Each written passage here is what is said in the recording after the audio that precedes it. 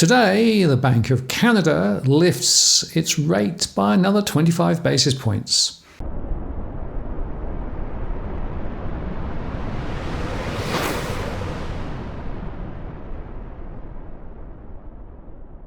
Hello again, it's Martin North from Digital Finance Analytics. Welcome to this post covering finance and property news. Well, the thematic of higher rates and higher rates continues, with the Bank of Canada resuming its tightening cycle, lifting by 25 basis points to 4.75%.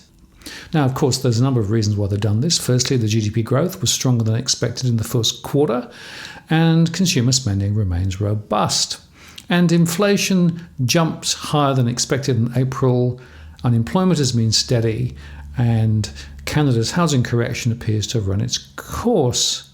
So, no real surprise. And whilst Governor Macklem sounded as though he was in no rush to raise rates in the mid-May press conference, the information has accumulated to the point where now there is excess demand in the system, and so they are worried that inflation is going to get stuck well above 2%.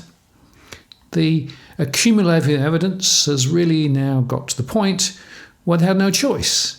And by the way, the concluding statement they've just issued doesn't really have much of a clear tightening bias, but it does look as though they could well do the same again next month.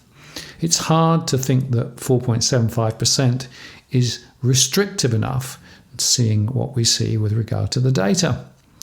The Governing Council has laid out its familiar criteria for future policy decisions: the evolution of excess demand, inflation expectations, wages growth, and corporate pricing behaviour. And actually, it's only 5 short weeks until the July rate decision, but then there's a lot more information to come. I think that we are in the situation now where around the world, central banks are going to have to move, and just like the RBA did on Tuesday, move to higher levels than expected.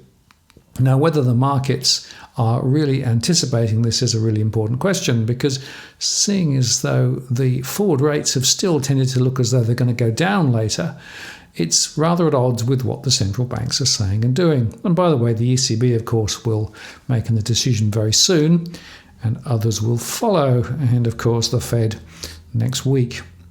So let's see where we go. But anyway, the Bank of Canada has now followed suit following the RBA.